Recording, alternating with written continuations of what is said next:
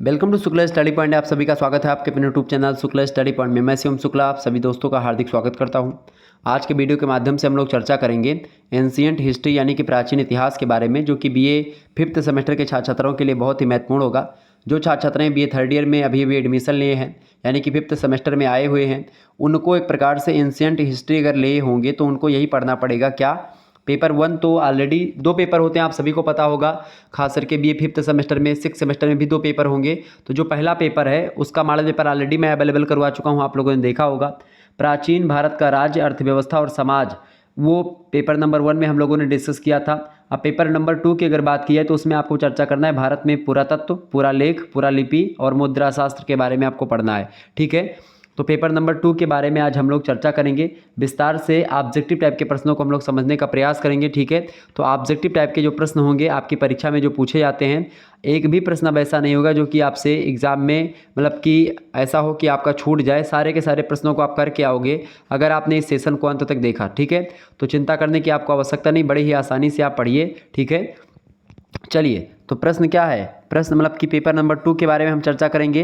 भारत में पुरातत्व, पुरालेख, पुरालिपि और मुद्रा शास्त्र से बनने वाले बहुत ही महत्वपूर्ण ऑब्जेक्टिव टाइप के प्रश्न लगभग यहाँ पर आज की वीडियो के माध्यम से 100 से अधिक ऑब्जेक्टिव टाइप के प्रश्नों पर हम लोग चर्चा करने वाले हैं और विस्तार से जानेंगे। ठीक है, देखिए आपको बताओ, सबसे पहली बात, पुरातत्व जो होता है वो क्या होता है। पुरातत्व वह विज्ञान होता है जो पुरानी चीज़ों का अध्ययन और विश्लेषण करता है, मानव संस्कृति के विकास क्रम को समझने अथवा उसकी व्याख्या करने का प्रयास करता है।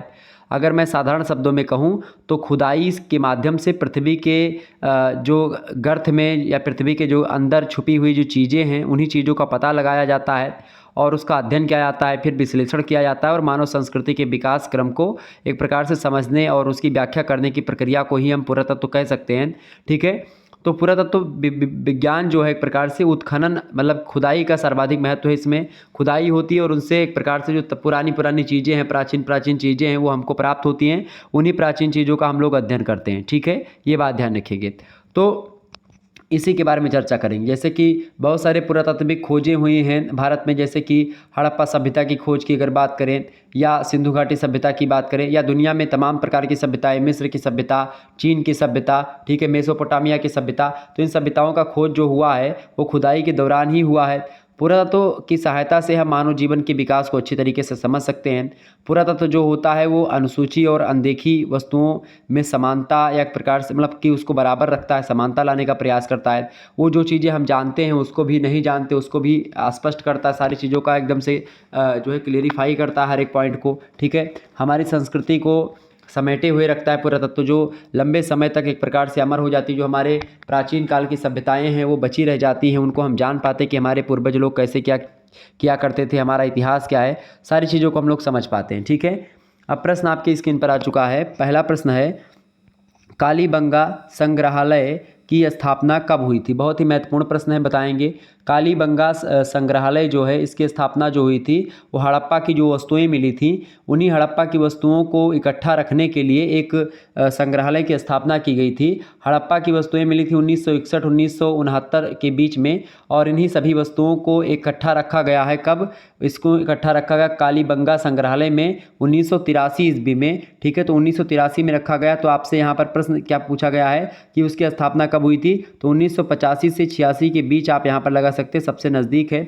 तो करेक्ट आंसर क्या हो जाएगा? A option. क्योंकि 1983 में ही वैसे बेसिकली अगर देखेंगे तो स्थापना हो जाती है कालीबंगा संग्रहालय की, बट यहाँ पर ऑप्शन में कुछ ऐसा भी लिखा हुआ मिलेगा तो आप 85 और 86 लगाएंगे, क्योंकि यहाँ पर पूरी व्यवस्थित हो चुकी थी ये संग्रहालय। ठीक है, नेक्स्ट क्वेश्चन से आप देखेंगे। अगला प्रश्न है, कालीबंगा सभ्यता की खोज कब हुई थी? भाई फटाफट से आप बताएंगे, कालीबंगा सभ्यता की खोज कब हुई थी, बताइए। कालीबंगा की सभ्यता की खोज करी थी किसने?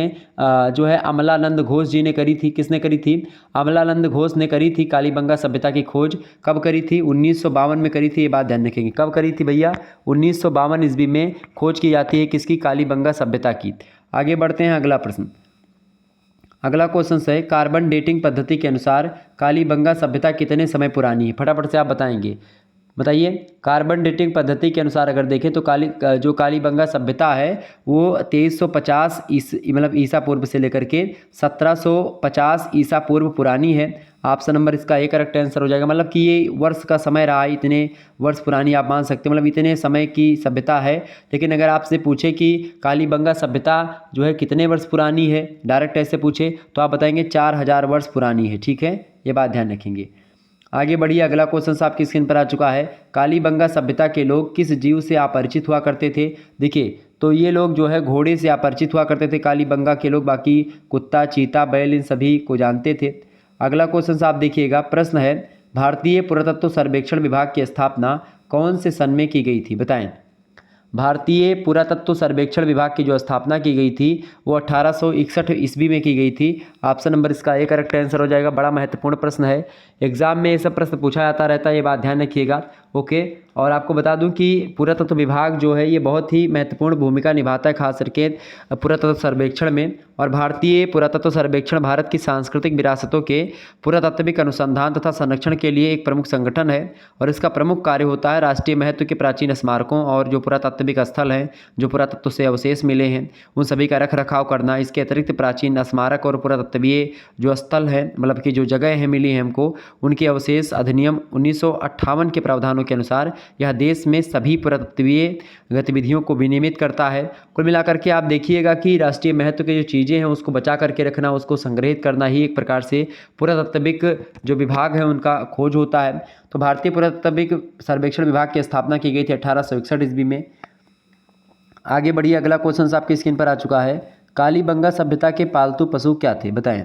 तो कालीबंगा सभ्यता के लोग जो है वो गाय भी पालते थे, ठीक है, बैल भी पालते थे और कुत्ता भी पालते थे। ऑप्शन नंबर डी लगा देंगे। ये सभी जो है जंतुओं को पालते थे कालीबंगा सभ्यता के लोग। Option number D correct answer होगा।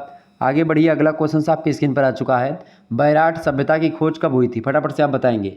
बैराट सभ्यता की खोज कब हुई थी भाई? देखिए, बैराट सभ्यता को पहले विराटपुर कहा जाता था, फिर विराटपुर से वो विराटनगर बनता है, ठीक है, और आज विराटनगर के नाम से फेमस है। बैराट जो सभ्यता है वहीं पर पड़ती है, विराटनगर में। दयाराम साहनी ने इसकी खोज करी थी। कब करी थी? तो 1936 से 1937 के बीच में बैराट सभ्यता की खोज होती है। ऑप्शन नंबर इसका ए करेक्ट आंसर हो जाएगा। जिन छात्रों ने ये लगाया उनका बिल्कुल करेक्ट आंसर है। बातचीत बिल्कुल ना करें, फटाफट से क्वेश्चन के आंसर दीजिए। अगला क्वेश्चन आप देखेंगे, कैप्टन बर्न ने बैराट स्थित बीजक की डांगरी से प्रथम शिलालेख की खोज कब की थी? फटाफट से आप बताएंगे। 1837 ईस्वी, 1839 ईस्वी, 1829 ईस्वी, 1890 ईस्वी। कैप्टन बर्न ने बैराट स्थित बीजक की डांगरी से प्रथम शिलालेख की खोज कब की थी? तो कब करी थी भाई? 1837 ईस्वी में करी थी। ऑप्शन नंबर इसका ए करेक्ट आंसर हो जाएगा। नेक्स्ट क्वेश्चन आप देखिएगा। ओके, अच्छा, एक पुस्तक है the archaeology and prehistoric analysis of Scotland या एनल्स ऑफ स्कॉटलैंड। बताइए इस पुस्तक को किसने लिखा है? इस पुस्तक को लिखा था डैनियल विल्सन ने, ठीक है। प्रागैतिहासिक शब्द को उसी में सबसे पहले बताया गया था। ओके, बात ध्यान रखेंगे। आगे बढ़ा जाए, चलिए अगला क्वेश्चन आपकी स्क्रीन पर आ चुका है। बैराठ में मिले प्रथम शिलालेख में बौद्ध धर्म की कितनी पुस्तकों का उल्लेख किया गया? 7 पुस्तक, 8 पुस्तक, 9 पुस्तक या 10 पुस्तक? तो बैराठ में जो अभिलेख मिला है, प्रथम अभिलेख जो मिला है, उसमें बौद्ध धर्म की 7 पुस्तकों का वर्णन है। ऑप्शन नंबर इसका ए करेक्ट आंसर होगा। आगे देखिए, अगला क्वेश्चन आपकी स्क्रीन पर आ चुका है। युआन चांग बैराठ कब आया था? युआन चांग का मतलब होता है ह्वेनसांग। तो ह्वेनसांग जो आया था 634 ईस्वी में भारत में आया था। वैसे तो 630 ईस्वी में आता है, लेकिन युआन चांग जो बैराठ स्थान है भारत में तो 1930 में ही आ जाता है, 630 ईस्वी में आ जाता है, लेकिन बैराठ में 634 ईस्वी में आता है। Option number A correct answer होगा। नेक्स्ट क्वेश्चन आप देखेंगे, बैराठ से यूनानी शासक मीनांडर की कितनी मुद्राएं मिली हैं? तो मीनांडर जो था बौद्ध धर्म का अनुयायी हुआ करता था, और बैराठ से यूनानी शासक है मीनांडर, इसकी मुद्राएं मिली हैं 16 की संख्या में, यानी 16 मुद्राएं मिली हैं। 16 मुद्राएं मीनांडर की मिली हैं। Option number A correct answer होगा।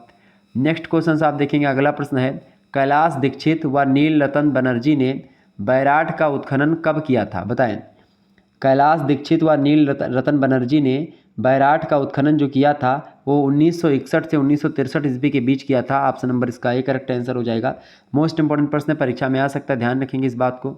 आगे देखिए, अगला क्वेश्चन है, बैराठ संग्रहालय की स्थापना कब की गई थी? बताइए।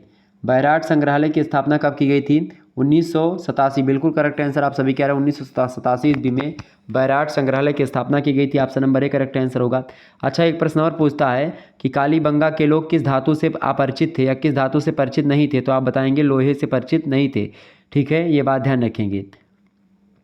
अच्छा, कालीबंगा में कितने युगल समाधान प्राप्त हुए हैं, तो एक युगल समाधान प्राप्त हुए हैं कालीबंगा से, ये बात ध्यान रखिएगा। अच्छा, कालीबंगा से ही आयताकार अग्निकुंड भी प्राप्त हुआ है और उसकी संख्या है 7, यानी 7 आयताकार अग्निकुंड प्राप्त हुए हैं। कहाँ से? कालीबंगा से ही आपसे पूछेगा। एक प्रश्न और पूछा था कि कालीबंगा का पतन भूकंप के कारण हुआ था, ये किस विद्वान ने बताया? तो कालीबंगा का पतन जो है भूकंप की वजह से हुआ था, ये बताया था डॉक्टर गोपीनाथ शर्मा ने। ध्यान रखेंगे, परीक्षा में प्रश्न पूछा था कालीबंगा से। कालीबंगा सभ्यता का जो उत्खनन हुआ था 1916 से 1969 के बीच में हुआ था, ये बात ध्यान रखिएगा। ओके, और कालीबंगा सभ्यता की खुदाई जो है वो कितने स्तर तक की गई थी, तो 5 स्तर तक इसकी खुदाई की गई थी कालीबंगा सभ्यता की। आगे बढ़ते हैं और भी चीज़ों को जानने का प्रयास करते हैं। फटाफट से आगे देखिए, अगला क्वेश्चन आपकी स्क्रीन पर आ चुका है। फटाफट से देखेंगे, वीडियो को लाइक और शेयर करते रहिएगा ताकि इसी प्रकार से और भी वीडियोस आपको लगातार मिलती रहें और टाइम टू टाइम आप नोटिफिकेशन पाते रहें। ठीक है, आगे बढ़ा जाए। चलिए भाई, फटाफट से आप बताइएगा। प्रश्न आपकी स्क्रीन पर आ चुका है। प्रश्न है, गंगा के मैदान में मानव बस्ती का प्राचीन अवशेष कहाँ मिला है? फटाफट से आप बताएंगे। इंपॉर्टेंट प्रश्न है, गंगा के मैदान में मानव बस्ती का प्राचीन अवशेष कहाँ पर मिला है? मेहरगढ़ में, कालपी में, कोई नहीं, या फिर सभी में? तो बताएं भाई।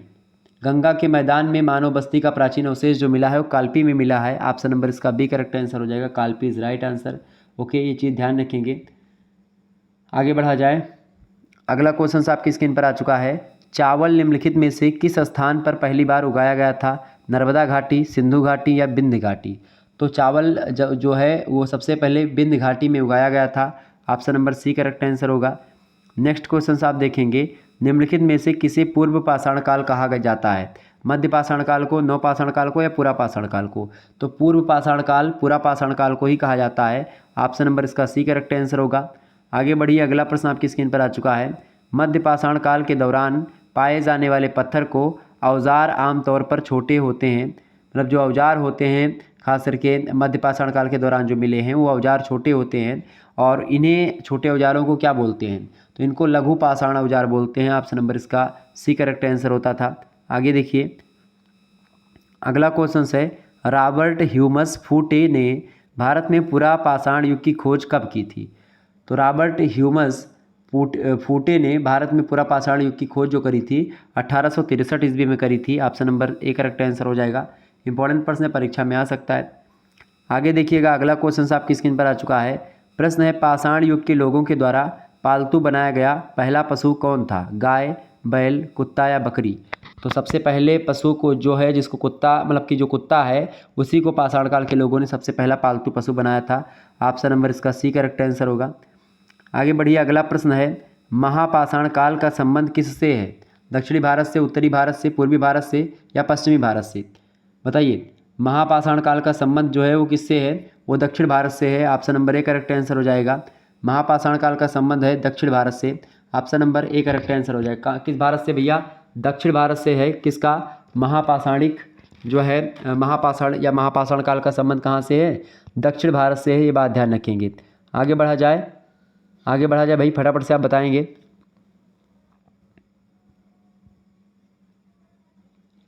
चलिए आगे देखिए, अगला क्वेश्चन आपकी स्क्रीन पर आ चुका है। फटाफट से आप देखेंगे। प्रश्न है, मानव ने सबसे पहले किस अनाज का प्रयोग किया था? चना, जौ, मटर, या गेहूँ? सबसे पहले यौ यानी कि जौ की बात होती है। Option number B correct answer होगा। आगे बढ़िए, अगला क्वेश्चन है, स्थिर ग्रामीण जीवन की शुरुआत कब होती है? स्थिर ग्रामीण जीवन की शुरुआत कब होती है? नवपाषाण काल में, पाषाण काल में, या मध्य पाषाण काल में, या सभी काल में? बताएं। तो स्थिर ग्रामीण जीवन की शुरुआत जो होती है वो आकर के नवपाषाण काल से प्रारंभ होती है। Option number A correct answer होगा इसका। आगे देखिए, अगला क्वेश्चन है, मानव का प्राचीनतम इतिहास किस काल से संबंधित है? पाषाण काल से, नवपाषाण काल से, या मध्य पाषाण काल से, या फिर उपरोक्त सभी कालों से? बताइए करेक्ट आंसर क्या होगा इसका। मानव का प्राचीनतम इतिहास जो है वो पाषाण काल से रिलेटेड है। Option number A correct answer होगा। आगे देखिएगा, अगला क्वेश्चन है, पूरा पाषाण काल युग में मानव की जीविका का मुख्य साधन क्या था? शिकार करना, कृषि करना, व्यापार करना, या फिर उद्योग करना? फटाफट से आप बताएंगे। पूरा पाषाण युग में मानव की जीविका का मुख्य साधन क्या था? शिकार करना जो था वो मुख्य साधन हुआ करता था पुरा पाषाण काल में मानव की जीविका का, चूँकि शिकार करते थे, आखेट करते थे और जो मिलता था वही खाते थे। कच्चा मांस शुरुआत में खाते थे, फिर आग की खोज हुई, फिर जो है भुने हुए मांस खाने लगे, फिर धीरे धीरे पहिए का आविष्कार से लेकर के जो है सारी चीज़ों का आविष्कार होता गया और एक प्रकार से डेवलप होते गए। नवपाषाण तक आते आते आप देखते हैं एक प्रकार से कई चीज़ों की खोज धीरे धीरे होना प्रारंभ हो जाती है। ठीक है, आगे बढ़ते हैं। अगला क्वेश्चन आप देखेंगे, नवपाषाण युग का सर्वप्रथम औजार क्या था? पत्थर की कुल्हाड़ी, लोहे की कुल्हाड़ी, या फिर ए और बी दोनों, या फिर कोई नहीं? बताइए। नवपाषाण काल में जो था वो पत्थर की कुल्हाड़ी हुआ करती थी। ऑप्शन नंबर इसका ए करेक्ट आंसर होगा। नेक्स्ट क्वेश्चन आप देखेंगे, मनुष्य ने वस्त्र बुनने की कला कब शुरू की थी? तो मनुष्य ने वस्त्र बुनने की कला जो शुरुआत करी वो नवपाषाण काल में शुरुआत करी थी। Option number A correct answer होगा। आगे बढ़िए, अगला क्वेश्चन है, फलक संस्कृति किस संस्कृति को कहा गया है? फलक संस्कृति मध्यपाषाणकालीन संस्कृति को कहा जाता है, या नवपाषाणकालीन संस्कृति को, या फिर दोनों को, या फिर किसी को नहीं? बताइए। फलक संस्कृति जो कही जाती है वो मध्यपाषाणकालीन सभ्य संस्कृति को फलक संस्कृति के नाम से जानते हैं। Option number A correct answer होगा इसका। अगला क्वेश्चन से, फसल काटने के औजार किस काल में बनाए गए थे? पाषाण काल में, नवपाषाण काल में, मध्यपाषाण काल में, या निम्न पाषाण काल में? तो फसल काटने के जो औजार बनाए गए थे वो पाषाण काल में ही बना लिए गए थे। Option number A correct answer होगा। अच्छा, पाषाण काल के ही 3 भाग हैं, पूरा पाषाण काल, ठीक है, मध्य पाषाण काल और नवपाषाण काल। ठीक है, ध्यान रखेंगे। आगे बढ़िए, अगला क्वेश्चन।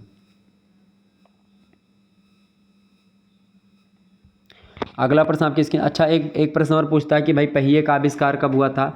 तो नवपाषाण काल में पहिए का आविष्कार हुआ था। मध्यपाषाणकालीन पत्थर मतलब मानव जो होता था शिकार के लिए किसके उपकरणों का प्रयोग करता था?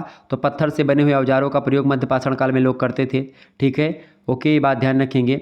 आपसे ये भी पूछा था कि जो है संधाओ गुफा किस समय की है? तो संधाओ गुफा जो है वो मतलब कि कहाँ की है? तो वो किस समय की है, कहाँ की है? तो पाकिस्तान में है, मध्यपाषाण काल से रिलेटेड है संधाओ गुफा का। ठीक है, ये बात ध्यान रखेंगे। अच्छा, किस स्थल से मानव समाधान के प्रमाण मिले हैं? तो मानव समाधान के प्रमाण जो मिले हैं वो लेखिया से मिले हैं। किससे मिले हैं? लेखिया से मिले हैं मानव समाधान के प्रमाण। ये बात ध्यान रखेंगे। ओके,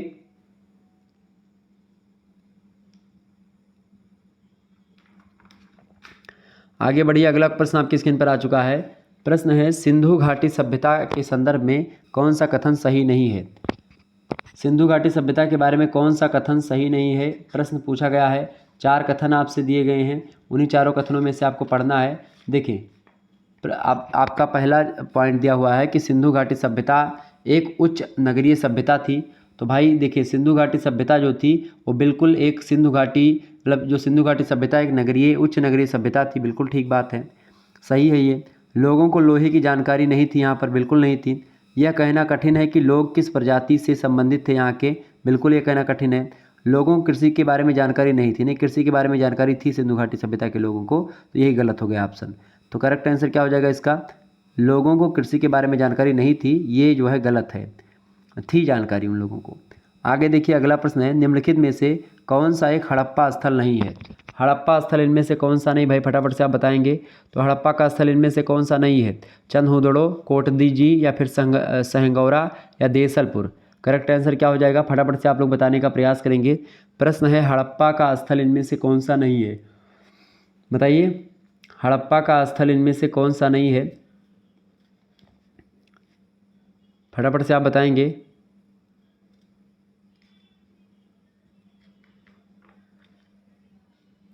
हड़प्पा का स्थल इनमें से कौन सा नहीं है?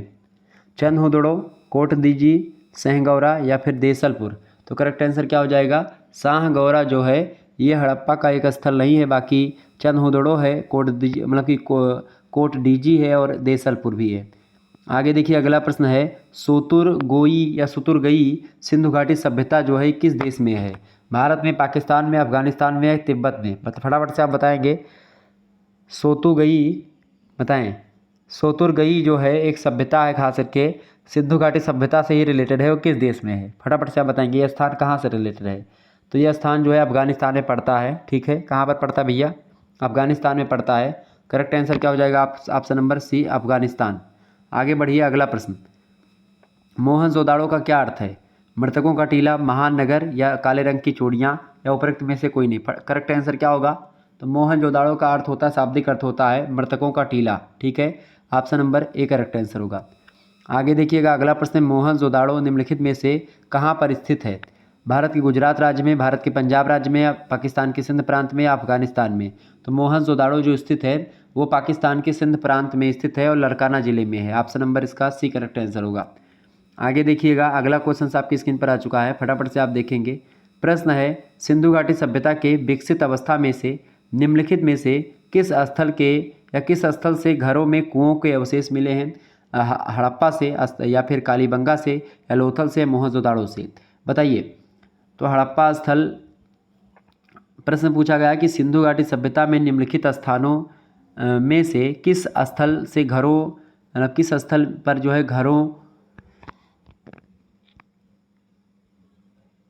घरों में कुओं के अवशेष मिले हैं? बताएं।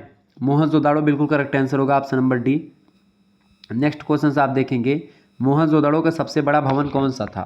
बताएं। तो अन्नागार जो मिला है, विशाल अन्नागार, वो मोहनजोदाड़ो का सबसे बड़ा भवन हुआ करता था और अभी भी है। ऑप्शन नंबर इसका बी करेक्ट आंसर हो जाएगा। सिंधु घाटी सभ्यता से जो है मोहनजोदाड़ो से जो प्राप्त हुआ है वो अन्नागार, विशाल अन्नागार प्राप्त हुआ है, सबसे बड़ा, मतलब बड़ा है जो स्थान प्राप्त हुआ सबसे बड़ा। आगे देखिएगा अगला प्रश्न है, सिंधु घाटी सभ्यता में निम्नलिखित स्थानों में से कौन सा स्थान सिंधु नदी के किनारे पर स्थित था? बताएं। लोथल, मोहनजोदाड़ो, कालीबंगा, या हड़प्पा? तो सिंधु घाटी सभ्यता के या निम्नलिखित स्थानों में से जो स्थान है वो है मोहनजोदाड़ो, जो कि सिंधु नदी के किनारे स्थित था। Option number B correct answer हो जाएगा। मोहनजोदाड़ो एक मूवी है ऋतिक रोशन की, अगर आप चाहें टाइम मिलेगा तो कभी देख लीजिएगा, बढ़िया मूवी है, उसमें आपको इस सभ्यता के बारे में कुछ जानकारी मिलेगी। ठीक है। आगे देखिएगा अगला प्रश्न है, हड़प्पा स्थल कोड दीजी उस सभ्यता के निम्नलिखित में से किस प्रमुख स्थल के समीप हैं? हड़प्पा, मोहनजोदाड़ो, लोथल, या फिर कालीबंगा? करेक्ट आंसर क्या हो जाएगा इसका? हड़प्पा स्थल कोट दीजी उस सभ्यता के निम्नलिखित में से किस प्रमुख स्थल के समीप है? बताएं। तो मोहनजोदाड़ो के अधिक समीप है। Option number B correct answer होगा इसका। आगे देखिएगा अगला क्वेश्चन है, सिंधु घाटी सभ्यता में कालीबंगा निम्नलिखित में से किसके लिए प्रसिद्ध है? चट्टान कटौती की वास्तुकला के लिए, बंदरगाह के लिए, कपास की खेती के लिए, या मिट्टी के पात्र के लिए? तो सिंधु घाटी सभ्यता में कालीबंगा जो फेमस है वो खास करके वो मिट्टी के पात्रों के लिए फेमस है। ऑप्शन नंबर इसका डी करेक्ट आंसर हो जाएगा।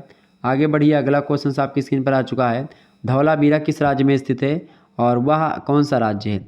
धौलावीरा जो है वो गुजरात के कच्छ जिले में स्थित है। ऑप्शन नंबर इसका ए करेक्ट आंसर होगा। आगे देखिए अगला क्वेश्चन है, हड़प्पा संस्कृति के संदर्भ में शैलकृत स्थापत्य का प्रमाण कहाँ से मिलता है? कालीबंगा से, धौलावीरा से, कोट दीजी से, या फिर आमटी से? बताएं। तो हड़प्पा संस्कृति के संदर्भ में शैलकृत जो स्थापत्य का प्रमाण मिलता है वो धौलावीरा से मिलता है, धौलावीरा से मिलता है। ऑप्शन नंबर इसका बी करेक्ट आंसर हो जाएगा। आगे बढ़िए अगला प्रश्न आपकी स्क्रीन पर आ चुका, फटाफट से आप देखिएगा। और भी कई प्रश्न आपसे लगातार बनते रहते हैं, जैसे कि आपसे पूछा सकता है कि सिंधु घाटी सभ्यता की खोज से पहले भारत का इतिहास किसमें माना जाता है? तो वैदिक काल में माना जाता है। ठीक है, ये बात ध्यान रखेंगे। सिंधु सभ्यता का नाम सिंधु सभ्यता क्यों पड़ा, ये भी प्रश्न आपसे बन सकता है। तो सिंधु नदी के किनारे चूंकि बसा है और इसी कारण से इसको सिंधु सभ्यता कहा जाता है, ये बात ध्यान रखेंगे। ओके। और सिंधु घाटी सभ्यता जो है आपसे पूछेगा किस सभ्यता या किस युग से संबंधित है, तो आप बताएंगे आद्य ऐतिहासिक युग से संबंधित है सिंधु घाटी सभ्यता। ओके, क्लियर, ये बात ध्यान है। हड़प्पा सभ्यता की खोज कब हुई थी? तो हड़प्पा सभ्यता की खोज जो है दयाराम साहनी ने करी है, 1921 ईस्वी में खोज की गई, ये बात ध्यान रखेंगे। मोहनजोदाड़ो की खोज करी है किसने? राखालदास बनर्जी ने, ये बात भी ध्यान रखेंगे। तो ये सब प्रश्न आपसे पूछे आ सकते हैं जो कि मैंने आपको बता दिए। ठीक है, आइए आगे बढ़ते और भी चीज़ों को जानने का प्रयास करते हैं। ओके, आगे बढ़ते हैं।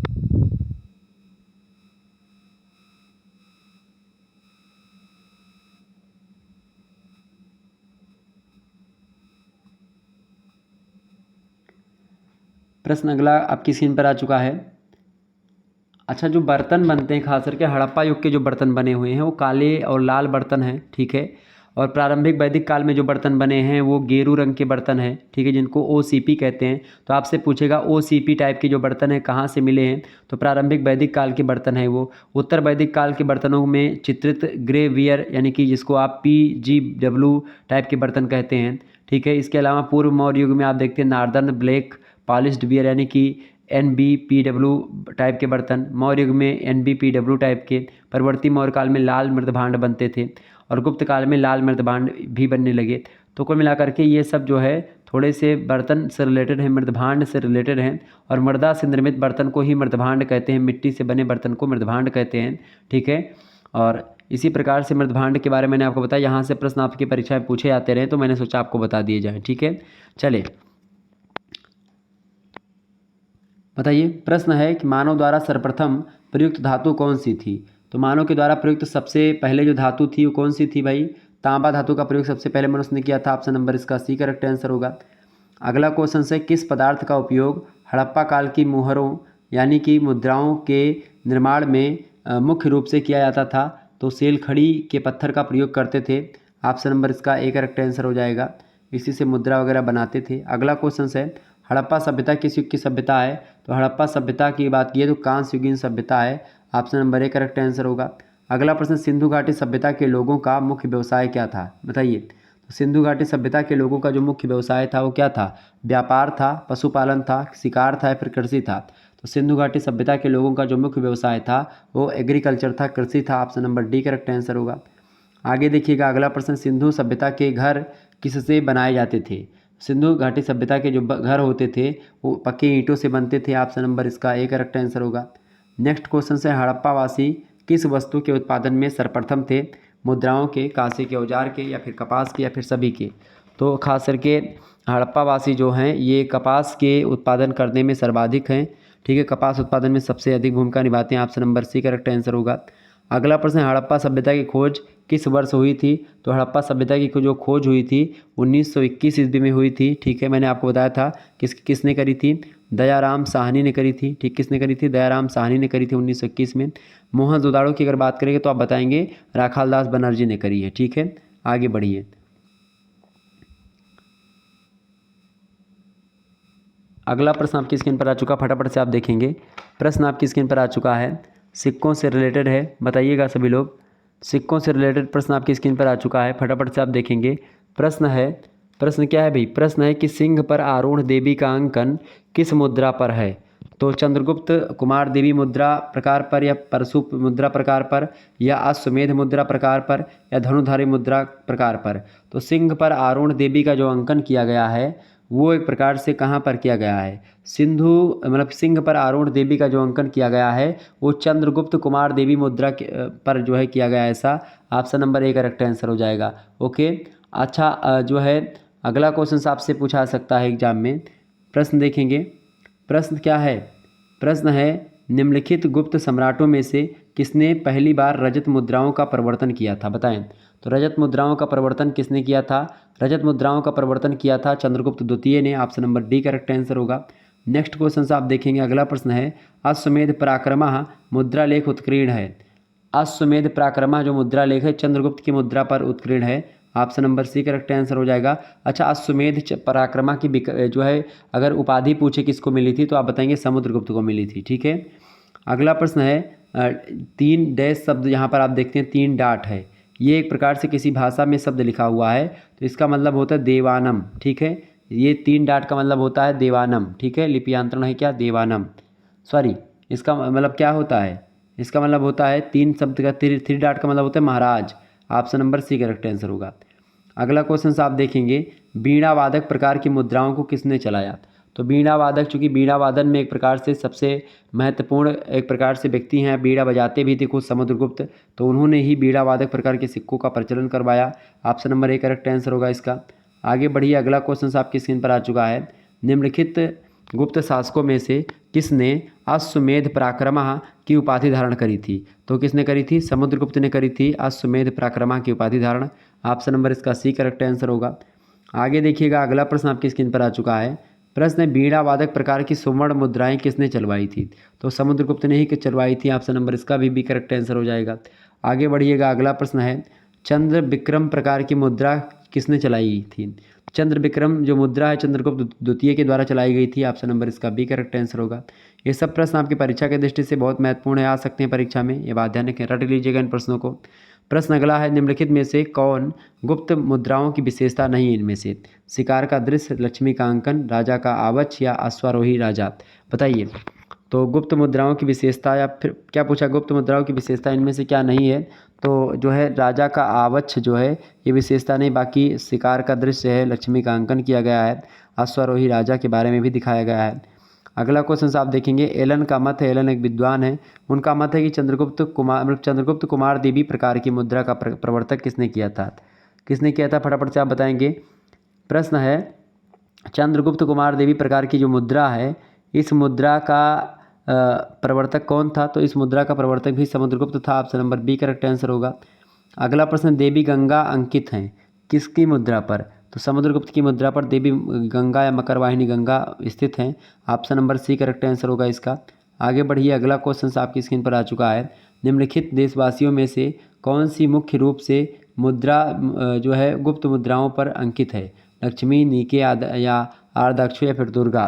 तो जो है गुप्त मुद्राओं पर लक्ष्मी जी का अंकन किया गया। Option number A correct answer हो जाएगा।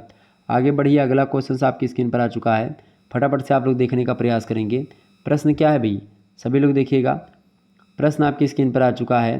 प्रश्न है, सतनाम मुद्राएं हैं। सतनाम मुद्राएं क्या हैं भाई? 100 रत्ती हैं, या फिर जो है 84 द्रव्स, या फिर 124 ग्रेन, या फिर 115 ग्रेन? तो सतनाम मुद्राएं जो हैं वो 100 रत्ती की होती हैं। 100 रत्ती बराबर option number A correct answer होगा। अगला प्रश्न सिगलोई है। सिगलोई क्या है? सिगलोई एक ईरानी मुद्रा है। Option number A correct answer होगा। अगला प्रश्न है, कासार्पण का तौल था। कासार्पण का तौल है 52 ग्रेन का। Option number C correct answer होगा। अगला प्रश्न आपसे बन सकता है एग्जाम में, रूपतर्क था। रूपतर्क जो है मुद्रा परीक्षण अधिकारी हुआ करते हैं। Option number A correct answer हो जाएगा। वन लाइनर ही क्वेश्चन है, ऑब्जेक्टिव क्वेश्चन हैं। आप सभी लोग बहुत तीव्र गति से पढ़ रहे हैं, तैयारी कर लीजिए, इन सभी को याद कर लीजिए, इसमें कुछ समझाने लायक चीज़ नहीं है। अगला क्वेश्चन है, साण मुद्रा जो है थी, साण मुद्रा जो थी वो सतनाम का 1/8 हुआ करती थी। ठीक है, अगर सतनाम मान लेते हैं 10 होता है तो उसका 1/8 जो है वो होता था एक प्रकार साण मुद्रा। या मान लेते हैं ये अगर 16 होता है तो 8 एकम 8, 8 दूना 16, 2 ये होता है। ठीक है, आगे बढ़िए। सेकल है। सेकल क्या है? सेकल एक बेबीलोनियन मुद्रा है। Option number C correct answer होगा। नेक्स्ट क्वेश्चन आप देखेंगे। प्रश्न है, रूपतर्क था। रूपतर्क था टकसाल अधिकारी, मुद्राओं का निरीक्षक अधिकारी। बिल्कुल करेक्ट आंसर हो जाएगा। मुद्राओं का निरीक्षक अधिकारी जो है इसी को रूपतर्क कहते हैं। Option number B correct answer होगा। अगला प्रश्न है, अष्टाध्यायी में निष्क का क्या मतलब होता है? तो अष्टाध्यायी में निष्क का मतलब होता है मुद्रा से। ठीक है, जबकि ऋग्वेद में निष्क का जो मतलब होता है वो वो हार के रूप में प्रयोग किया जाता है। किसके रूप में? हार के रूप में। हार मतलब क्या होता है? हार मतलब होता है गले का एक प्रकार से आभूषण। ठीक है, गले का हार। क्लियर। अगला क्वेश्चन है, ऋग्वेद में निष्क का क्या अर्थ है? निष्क का अर्थ होता है आभूषण। Option number D correct answer, गले का आभूषण। अगला क्वेश्चन है, आहत मुद्रा का सर्वाधिक प्रचलन किस युग में था? आहत मुद्रा का मतलब होता है, आहत मुद्रा का क्या मतलब होता है भैया? आहत मुद्रा का मतलब होता है भैया, आहत मुद्रा का सीधा सा मतलब होता है किससे? आहत मुद्रा का मतलब होता है पंच मार्क टाइप के मुद्रे। ठीक है, ये बात ध्यान रखेंगे। और मौर्य काल में आहत सिक्कों का बड़ा प्रचलन रहा है। आपको बता दूं, आहत सिक्कों की अगर बात की है तो मौर्य काल के बाद बड़ी मात्रा में पंच चिन्हित सिक्के जारी किए जाते रहे। और इसी तरह मौर्य साम्राज्य का सिक्का मगध के पंच चिन्हित सिक्के का एक उदाहरण था। और प्रत्येक सिक्के को पहचानने के आधार पर चांदी के औसतन 50 या 54 दाने और वजन में लगभग 32 रत्ती प्राप्त होती थी। और पहले के सिक्के बाद के सिक्कों की तुलना में अधिक चापलूसी वाले होते थे। और इन सिक्कों पर सबसे आम सूर्य और 6 सशस्त्र प्रतीकों और ज्यामितीय पैटर्न के विभिन्न रूपों और मंडलियों, पक्षियों या पहियों, मानव आकृतियों, विभिन्न जानवरों और धनुष और तीर, पहाड़ियों और पेड़ पौधों के चित्र बनाए जाते थे। लगभग 450 विभिन्न प्रकार के पंच मतलब कि उस पर जो है छापाई की जाती थी। और पंच चिन्हित सिक्कों का उल्लेख जो है मनु ने भी किया है, पाणिनि ने भी किया है, और बौद्ध जातक कथाओं में भी उसका उल्लेख हुआ है। और उत्तर खास करके बाद में आप देखते हैं लगभग पहली शताब्दी की शुरुआत तक घूमते रहे, लेकिन दक्षिण में 3 शताब्दियों तक ये चले, तीसरी शताब्दी में। और ख़ास करके यानी कि 300 ईस्वी तक जो है आहत सिक्कों का प्रचलन रहा। उत्तर में क्या हुआ कि मौर्य साम्राज्य के पतन और ग्रीको बैक्टीरियन और इंडो यूनानियों के बढ़ते प्रभाव के बाद क्या हुआ कि पंच चिन्हित सिक्कों को कास्ट डाई मारा सिक्कों में बदल दिया जाता है। और जैसा कि गंधार में मौर्योत्तर सिक्कों में दिखाई भी पड़ता है। तो ये होते हैं आहत सिक्के। आहत सिक्कों का मतलब सीधा सा होता है पंचमार्क वाले सिक्के होते हैं उन्हीं को आहत सिक्के कहा जाता है, ये बात ध्यान रखेंगे। और पंचमार्क सिक्कों का जो प्रचलन है 500 ईसा पूर्व के लगभग पुराने सिक्के जो दूसरी शताब्दी ईसा पूर्व तक प्राप्त हुए हैं, ठीक है। तो ये अलग अलग सिक्के प्राप्त हुए, उन्हीं सिक्कों से हम लोगों को जानकारी मिली है कि उस समय का इतिहास कैसा रहा और उस समय कौन शासन कर रहा था, ठीक है, ये बात ध्यान रखेंगे। क्लियर। अच्छा, आहत सिक्के धातु के टुकड़े पर चिन्ह विशेष का ठप्पा मार करके उसको पीट करके बनाए जाते थे।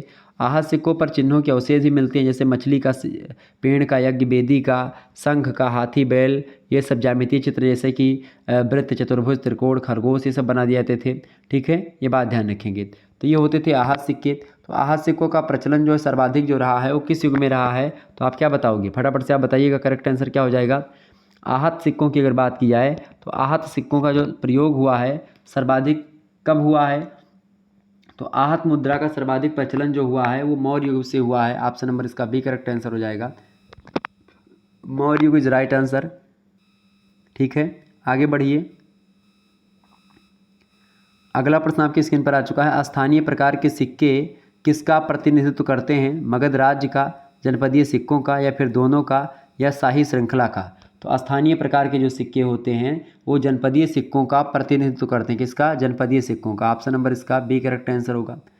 आगे देखिए, अगला प्रश्न है, सलाका मुद्राएं प्राप्त हुई हैं गांधार क्षेत्र से, पाटलिपुत्र से, मध्य प्रदेश या मध्य भारत से, या दक्षिणी भारत से, बताएं। सलाका मुद्राएं जो प्राप्त हुई हैं, अच्छा, सलाका जो मुद्रा होती है वो 5 प्रतीक होते थे सलाकाओं पर, ये बात ध्यान रखिएगा। तो सलाका मुद्राएं जो प्राप्त हुई हैं गांधार क्षेत्र से प्राप्त हुई बेसिकली। ऑप्शन नंबर इसका ए करेक्ट आंसर होगा। आगे देखिए, अगला प्रश्न है, प्राचीन भारत की आहत मुद्राएं निर्मित हैं। प्राचीन भारत की जो आहत मुद्राएं हैं वो चांदी और तांबे की बनी हुई हैं। ऑप्शन नंबर इसका सी करेक्ट आंसर हो जाएगा, चांदी और ताम्र की बनी हुई हैं। अच्छा, आहत मुद्राएं लोकप्रिय क्यों थी, लोकप्रिय इसलिए थी खास करके चूँकि वो पंचमार्क के सिक्के हुआ करते थे, और खास करके मौर्य काल में जब वो सिक्के आए तो इस समय शासक जो थे खास करके वो एक प्रकार से बड़े अच्छा काम कर रहे थे। तो शासक जो होगा उसी पर डिपेंड करेगा कि वो राज्य कैसा होगा, ठीक है, ये बात ध्यान रखिएगा। आगे बढ़िए, अगला क्वेश्चन आपकी स्क्रीन पर आ चुका है, फटाफट से आप देखिएगा।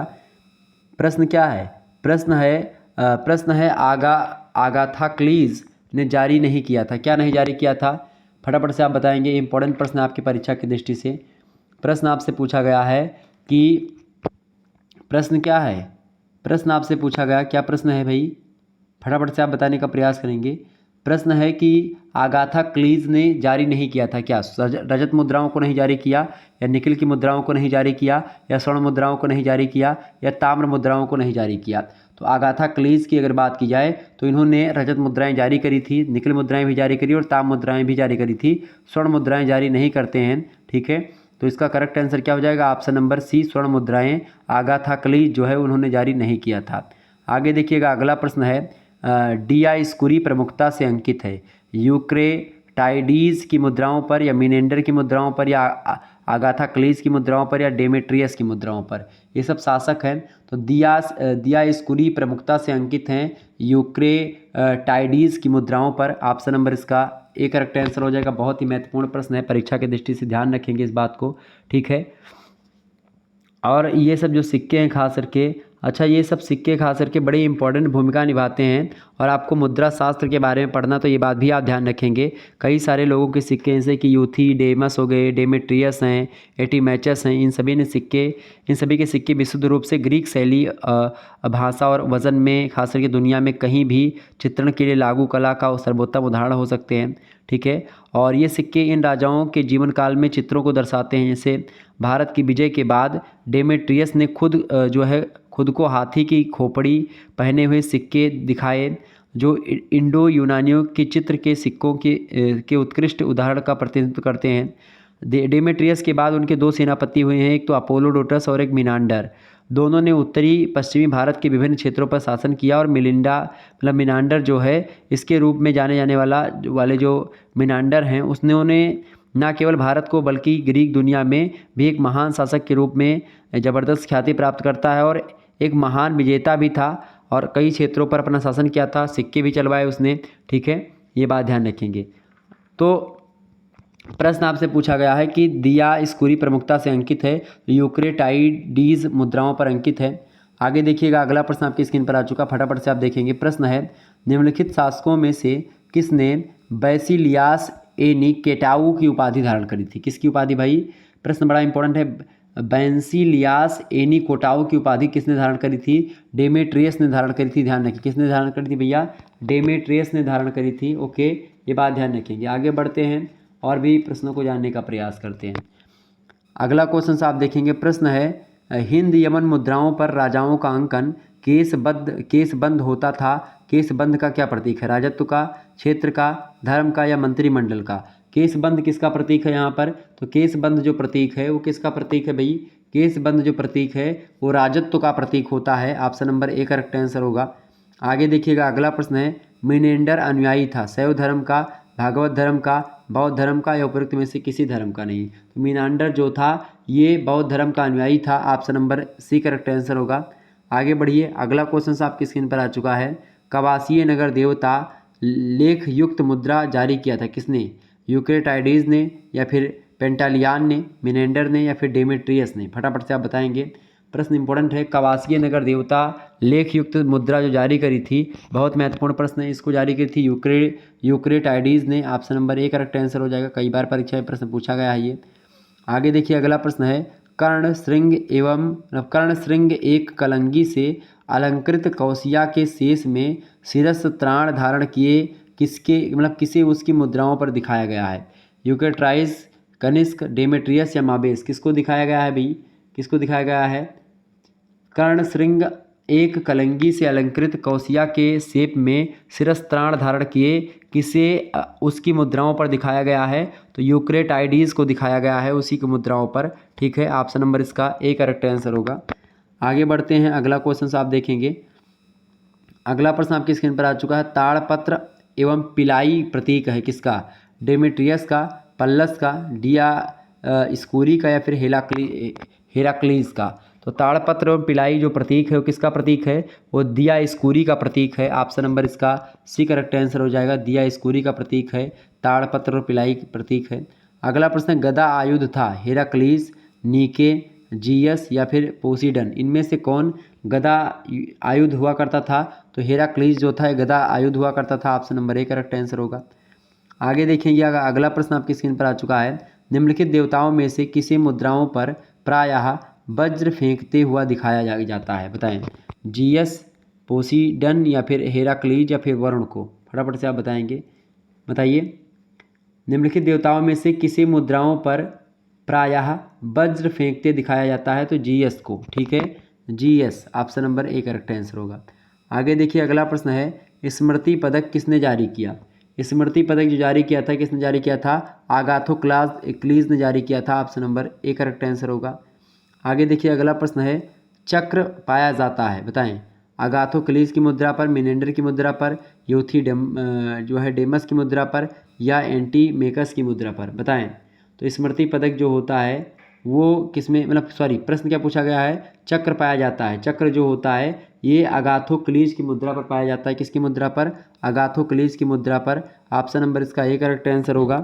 आगे देखिएगा, अगला प्रश्न, इसके अलावा और भी प्रश्न आपसे पूछ सकता है। ठीक है, प्रश्न पूछ सकता है कि यमनों में रजत मुद्राओं की मानक इकाई क्या थी? तो द्राक्ष्म जो मुद्रा है वो खास करके इकाई थी एक मुद्राओं की यवनों की। ठीक है, ये बात ध्यान रखेंगे, प्रश्न परीक्षा में आता रहता है तो ये बात ध्यान रखेंगे।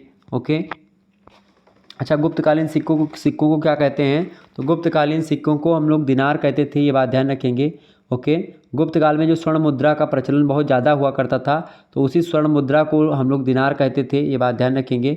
और चंद्रगुप्त द्वितीय ने शक शासकों को पराजित करके गुजरात राज्य को अपने अधीन कर लिया और विजय प्रतीक स्वरूप चांदी के सिक्के चलवाए। तो ये भी पूछा था गुप्त काल का कौन सा शासक चांदी का सिक्का चलवाता है? तो आप बताओगे कौन सा है वो? चंद्रगुप्त द्वितीय है। ओके, ये बात ध्यान रखेंगे। तो गुप्त वंश में खास करके चंद्रगुप्त प्रथम ने सबसे पहले सिक्कों का प्रचलन शुरू किया और इन सिक्कों के एक ओर चंद्रगुप्त का चित्र हुआ करता था, दूसरी ओर रानी कुमार देवी का चित्र हुआ करता था। और अपने पूरे शासनकाल में चंद्रगुप्त ने इसी प्रकार के 6 सिक्कों को जारी किया।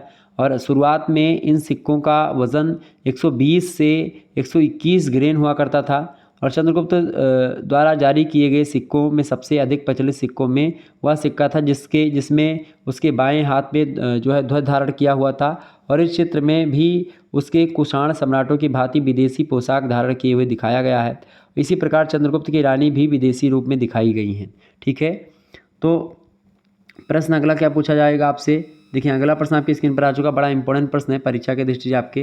देखिए ये शब्द जो लिखा हुआ है इसका लिपियांतरण क्या है, बताएं। देवानम, राजाधिराज, महाराज या दिवस, इसको क्या बोलते हैं? ये जिस शैली में लिखा हुआ है इस शैली को क्या बोलते हैं, फटाफट से आप बताएंगे। ये किस भाषा का शब्द लिखा हुआ है, मतलब कि ये क्या, मतलब कि इसको बोलते हैं देवानम। ठीक है, इसका मतलब होता है हिंदी में देवानम। ठीक है, इसका लिपियांतरण क्या होगा, देवानम। अगला क्वेश्चन आप देखेंगे, ये जो प्रतीक चिन्ह है आपका ये बना हुआ है, ये प्रतीक चिन्ह माना जाता है नंदी पद के रूप में, ब्राह्मी अक्षर माँ के रूप में, या श्रीवत्स के रूप में, या तंत्र के रूप में। तो ये जो शब्द है आपका ये नंदी पद के रूप में जाना जाता है। किसके रूप में, नंदी पद के रूप में इस अक्षर को जानते हैं। ठीक है, ऑप्शन नंबर इसका ए करेक्ट आंसर होगा। आगे देखिएगा अगला प्रश्न है, इंपॉर्टेंट प्रश्न है परीक्षा के दृष्टि से, फटाफट से आप देखिएगा। वो एक बार फटाफट सभी लोग वीडियो को लाइक और शेयर करते रहिएगा ताकि टाइम टू टाइम आपको नोटिफिकेशन मिलता रहे और आप आसानी से लगातार इसी प्रकार से पढ़ते रहें। अच्छा, एक प्रश्न और पूछा जाता है, सोटे रास उपाधि व्यक्त क्या करती है? त्रत रस व्यक्त करती है। सोटे रास उपाधि जो है वो त्रत रस व्यक्त करती है, ये बात ध्यान रखेंगे। ओके, माला किसका प्रतीक है? लक्ष्मी का प्रतीक है माला। ओके, बात ध्यान रखेंगे। निम्नलिखित देवताओं में से कौन चंद्र देवी है? शालिनी जो है वो चंद्र देवी हैं, ये बात ध्यान रखेंगे। ओके, आगे देखिएगा अगला क्वेश्चन। अगला प्रश्न है, मध्य एवं दक्षिण भारत में प्राप्त होने वाले अशोक के अभिलेख हैं खरोष्ठी लिपि में, ग्रीक लिपि में, ब्राह्मी लिपि में, या फिर आर्यमाइक लिपि में या आर्मेयिक लिपि में। तो मध्य एवं दक्षिण भारत में जो हमको अभिलेख मिले हुए हैं अशोक के, वो जो प्राप्त हैं वो ब्राह्मी लिपि में प्राप्त हैं, और अधिकतर अशोक के जो अभिलेख हैं वो ब्राह्मी लिपि में ही मिले हैं। Option number C correct answer होगा। आगे देखिएगा अगला प्रश्न आपकी स्क्रीन पर आ चुका है, ये जो प्रतीक लिखा हुआ है या फिर जो भी लिखा हुआ है ये, इसका लिपियांतरण हिंदी में क्या होगा? इसका लिपियांतरण होगा 8 भागीय चा। 8 भागीय चा को ऐसे लिखते हैं। ठीक है, अगला क्वेश्चन आप देखेंगे, प्रश्न है, अशोक का रुम्मीनदेही स्तंभ लेख कहाँ स्थित है? तो अशोक का जो रुम्मीनदेही अभिलेख है या स्तंभ लेख है वो नेपाल में स्थित है। Option number D correct answer हो जाएगा। आगे देखिए अगला क्वेश्चन आपकी स्क्रीन पर आ चुका है, देखेंगे ये देखिए 2 शब्द हैं और इन दोनों शब्दों का लिपियांतरण क्या होगा हिंदी में? तो इनका दोनों मतलब इसका जो है ये देखिए ये क्या लिखा हुआ है, ये लिखा हुआ है क्या भाई, बताइएगा सभी लोग। ये लिखा हुआ है देव। ठीक है, देव शब्द जो है ऐसे लिखते हैं, ऐसे भी लिखते हैं मतलब। अगला क्वेश्चन आप देखेंगे, ये जो प्रतीक चिन्ह है या जो प्रतीक जो है शब्दावली में जो लिखा हुआ है, ये शब्द किस भाषा का है या फिर ये तो नहीं पता है, लेकिन ये जो है ये लिखा क्या है ये ज़रूर आप जान सकते हैं। ये क्या लिखा है भाई, ये लिखा हुआ क्या है, इस शब्द का लिपियांतरण क्या होगा? बिल्कुल देवनाम पियन। ठीक है, Devanam Priya. Option number C correct answer होगा। आगे देखिएगा अगला प्रश्न है, चिन्ह ब्राह्मी अक्षर, बताएं ये वाला चिन्ह होता है कौन सा? ये और बीच में बिंदी, इसको क्या बोलते हैं? इसका मतलब होता है था। ठीक है, option number B correct answer होगा। आगे देखिए अगला प्रश्न है, अशोक के अभिलेखों की भाषा कैसी है? अशोक के अभिलेखों की भाषा जो है प्राकृत भाषा है। Option number C correct answer हो जाएगा, प्राकृत भाषा अशोक के अभिलेखों की है। अगला क्वेश्चन आप देखेंगे, अशोक के अभिलेख में से किस लिपि का प्रयोग हुआ है? बताएं अशोक के अभिलेख में किस लिपि का प्रयोग हुआ है? तो ब्राह्मी लिपि, आर्यमाइक लिपि और खारोष्ठी लिपि, इन तीनों लिपियों का प्रयोग जो है अशोक के स्तंभ लेख में मिला है या अशोक के अभिलेखों में मिला हुआ है। ठीक है, ये बात ध्यान रखेंगे। आगे बढ़ा जाए, चलिए अगला क्वेश्चन आप देखेंगे, प्रश्न ये देखें, ये आपका चिन्ह है, ये ब्राह्मी शब्द है और ये किस भाषा में ये एक प्रकार से लिखा या क्या लिखा हुआ है? तो एक तो सबसे पहले जानिए ब्राह्मी लिपि में लिखा हुआ है, ब्राह्मी शब्द है, ये सारनाथ लिखा हुआ है ब्राह्मी में। Option number B correct answer होगा। आगे देखिएगा अगला प्रश्न, प्रश्न इंपॉर्टेंट है आपकी परीक्षा के दृष्टि से, सभी लोग देखने का प्रयास करेंगे, वीडियो को शेयर और लाइक करते रहिएगा ताकि इसी प्रकार से अच्छा और भी प्रश्न आपसे बन सकता है। जैसे अगर आपका ऐसे एक और शब्द मिलता है, जैसे ऐसे लिखा रहेगा और यहाँ पर एक जीरो रहेगा। ठीक है, और यहाँ पर एक बिंदी, यहाँ पर एक बिंदी रहेगी। ठीक है, और ये शब्द जो है इसका प्रतीक क्या होता है? ये एक प्रकार शैव संबंधित मत है, मतलब कि शैव भगवान शिव से रिलेटेड शब्द है, ये बात ध्यान रखेंगे। अच्छा, शक नरेश रुद्रदामन का जो गिरनार अभिलेख है वो किस लिपि में उत्कीर्ण करवाया था? तो ब्राह्मी लिपि में उनका अभिलेख है, ये बात ध्यान रखेंगे। क्लियर? कौन? रुद्रदामन। रुद्रदामन की अगर बात की है तो गिरनार का अभिलेख या जूनागढ़ का अभिलेख जो है वो उन्हीं का है, रुद्रदामन का। तो खास करके अगर रुद्रदामन की अगर बात करें तो सुदर्शन जलाशय गिरनार से खास करके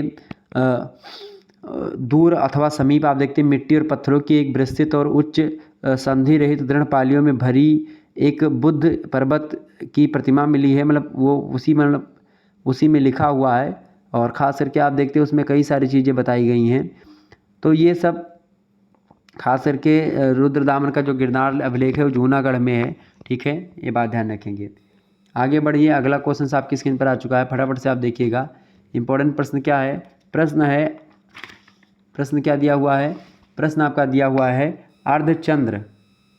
अर्धचंद्र से परिवेष्टित त्रिमेरु प्राप्त होता है सातवाहन मुद्राओं पर, गुप्त मुद्राओं पर, कुषाण मुद्राओं पर या फिर योधे मुद्राओं पर? बताइए करेक्ट आंसर इसका क्या हो जाएगा। सभी लोग बताने का प्रयास करेंगे। प्रश्न इंपॉर्टेंट है परीक्षा की दृष्टि से, आपको ध्यान रखेंगे। प्रश्न क्या है? प्रश्न देखिए, प्रश्न है अर्धचंद्र से परिवेष्टित त्रिमेरु प्राप्त होता है। तो ये प्राप्त होता है योधेय किससे? योधेय मुद्राओं पर। Option number D correct answer हो जाएगा। आगे बढ़िए, अगला प्रश्न त्रिमेरु प्राप्त होता है सातवाहन मुद्राओं पर, गुप्त मुद्राओं पर, कुषाण मुद्राओं पर या फिर योधेय मुद्राओं पर? त्रिमेरु जो प्राप्त होता है, त्रिमेरु वो प्राप्त होता है योधेय मुद्राओं पर। ठीक है, किस पर प्राप्त होता है? योधेय मुद्राओं पर। Option number D correct answer होगा। आगे देखिएगा, अगला प्रश्न है आहत मुद्राओं की सार्वभौमिक श्रेणी पर कौन सा प्रतीक समूह प्राप्त होता है? बताएं। आहत मुद्राओं की यूनिवर्सल श्रेणी जो होती है उस पर कौन सा प्रतीक समूह प्राप्त होता है? उस पर प्राप्त होता है सूर्य और षठ चक्र की श्रेणी का या प्राकृतिक समूह का प्राप्त होता है सूर्य और षठ चक्र। Option number B correct answer होगा इसका।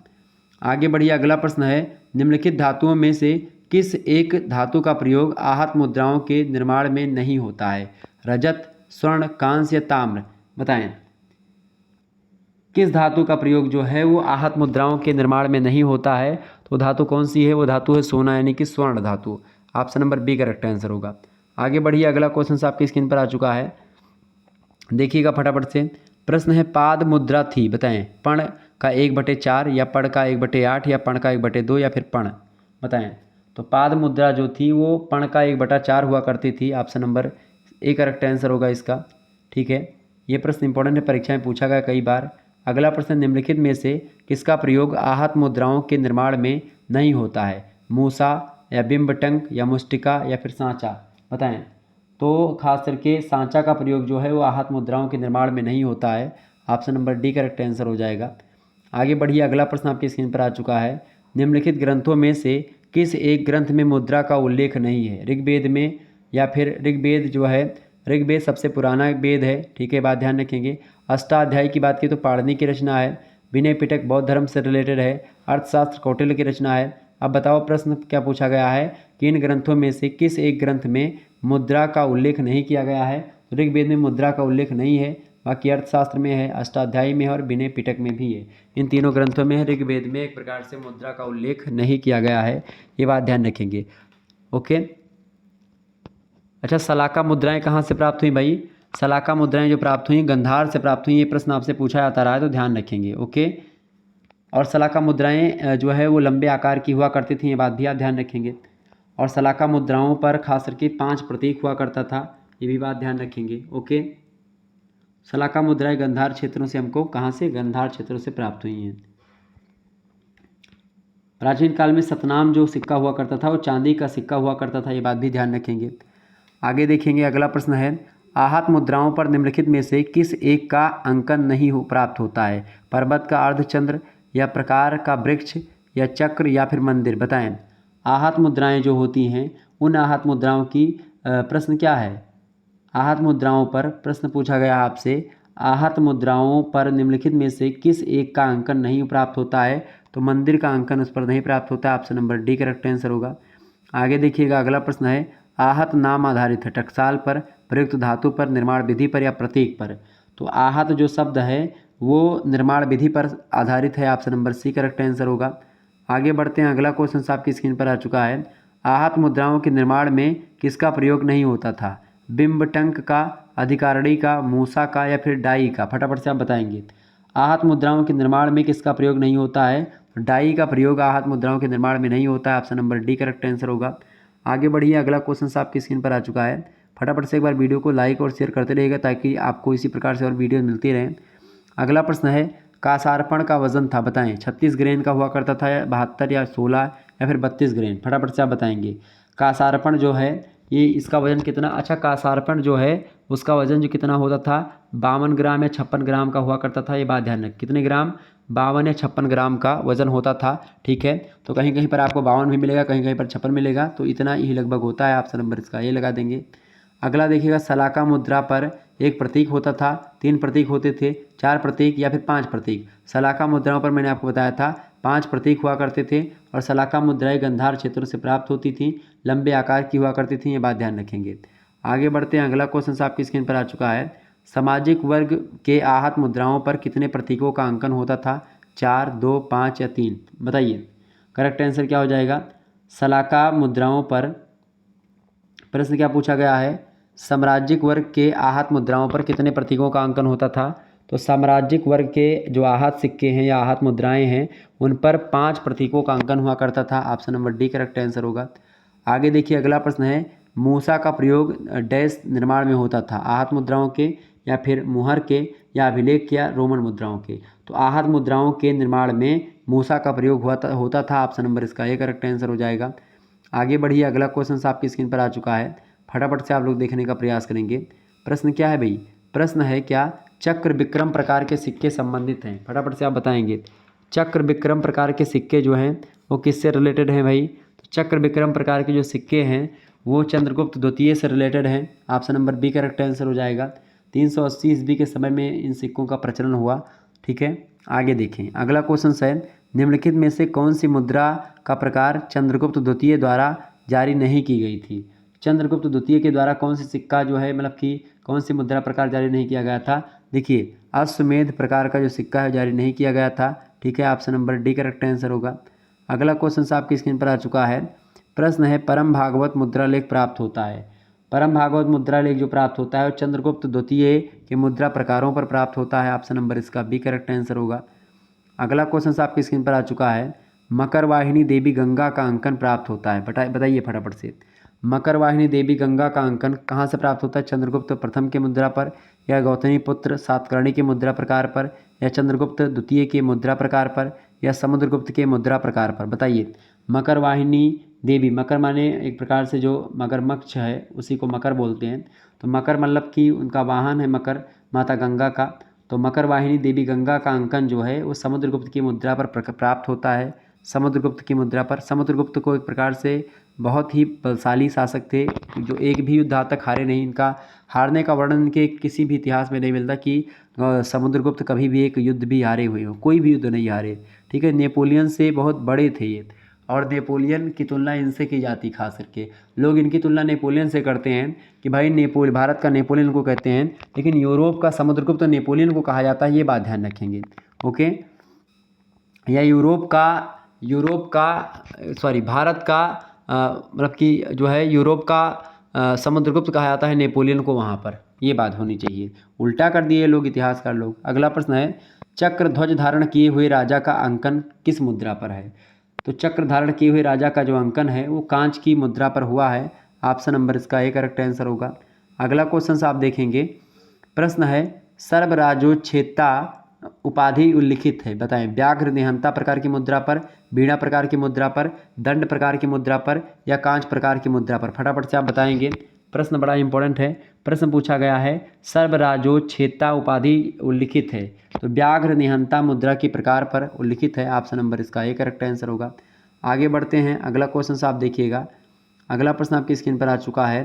प्रश्न है, गुप्त कालीन स्वर्ण मुद्राओं को कहा जाता था, दिनार, रुपया, स्टेटर, या फिर सुवर्ण।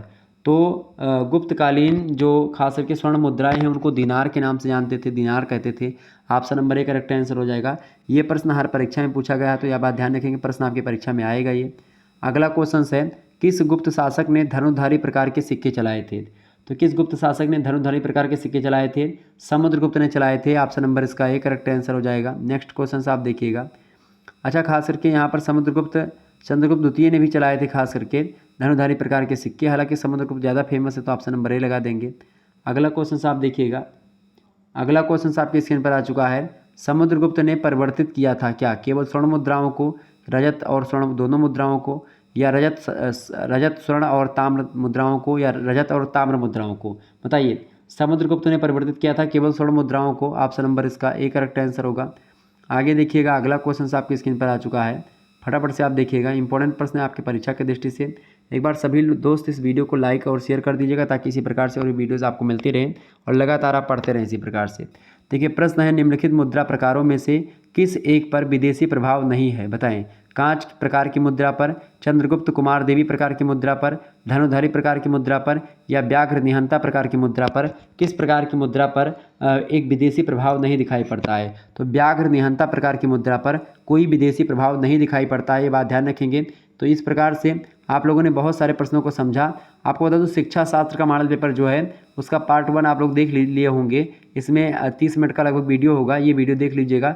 इसका पार्ट 2 जो होगा यहाँ पर पार्ट 2 लिख करके आ जाएगा, पार्ट 2 यहाँ पर लिखा हुआ होगा, वो भी देख लीजिएगा। इसी प्रकार से हिंदी का, सोशियोलॉजी का, ठीक है, सभी सब्जेक्ट का लगातार मॉडल पेपर दे रहा हूं मैं। तो आप सभी लोग सारे मॉडल पेपर को देखिए। ऑब्जेक्टिव मॉडल पेपर अभी चल रहे हैं, लेकिन मॉडल पेपर जल्द ही आ जाएंगे, तो उसको लेकर के भी तैयार रहिएगा। तो इसी प्रकार से बहुत सारे सब्जेक्ट के भी आते हैं। प्राचीन इतिहास का जो मॉडल पेपर है पेपर नंबर 1 का, जिसमें आप लोगों को state, economy and society of ancient India पढ़ना था, ठीक है, यानी कि राज्य, मतलब कि राज्य और खास करके प्राचीन भारत का या प्राचीन भारत की का राज्य, इकोनॉमी यानी अर्थव्यवस्था और सोसाइटी, ठीक है, ये आपको पढ़ना था पेपर नंबर 1 में। और उसका मॉडल पेपर भी मैंने दिया हुआ है, आप लोग देखिएगा। उसके लगभग 100 से अधिक ऑब्जेक्टिव टाइप के प्रश्नों को चर्चा किया हुआ हूँ, तो आप उसको भी देख लीजिएगा, ठीक है। क्या नाम है पेपर 1 का? प्राचीन भारत का राज्य, अर्थव्यवस्था और समाज। और पेपर 2 का नाम है भारत में पुरातत्व, पुरालेख, पुरालिपि और मुद्रा शास्त्र। दोनों का मैंने दे दिया है। तो आप किसी भी विश्वविद्यालय से हैं, सभी विश्वविद्यालयों का सिलेबस यही है, सेम है, तो चिंता करने की आपको आवश्यकता नहीं है। ओके, यही सब प्रश्न आपकी परीक्षा में आने वाले हैं, एकदम से ध्यान रखेंगे। ओके, तो BA 5th सेमेस्टर के अगर आप हैं तो आप इन वीडियोस को लगातार देखते रहिए और शुक्ला स्टडी पॉइंट को सब्सक्राइब और लाइक जरूर कर दीजिएगा। धन्यवाद, मिलते हैं फिर नेक्स्ट वीडियो में। तब तक के लिए जय हिंद, जय भारत। आप सभी का बहुत बहुत धन्यवाद हमारे साथ जुड़ने के लिए। इसी प्रकार से अपना प्यार हमेशा बनाए रखिएगा। Good night, I love you, बहुत बहुत धन्यवाद।